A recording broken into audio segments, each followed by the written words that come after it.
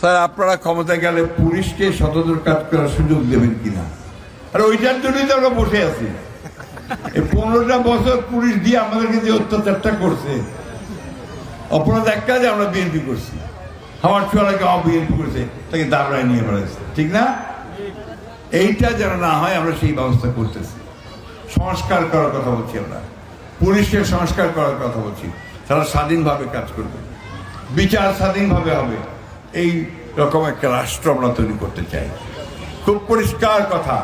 এখনো কিছুক্ষণ আগে বলে আসলাম, পুলিশের ওসি সাহেব আমার বাসায় আসছিলেন।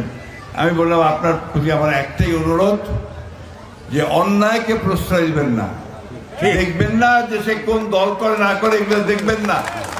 যে অন্যায় করবে, যে মানুষের ক্ষতি করবে, সাথে সাথে তাকে আইনের আওতায় নিয়ে এসে তার বিচার করবে। সুতরাং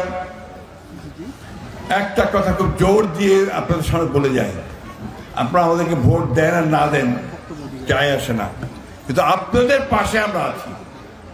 আপনাদের যে অধিকার, সে অধিকারকে রক্ষা করার দায়িত্ব আমাদের। আপনাদের উপরে যেন কোনো অন্যায় না হয়, অবিচার না হয়, সে কাজটা আমরা অবশ্যই করব। এটা আমাদের দৃঢ় বিশ্বাস, আমরা এটা করতে পারবো।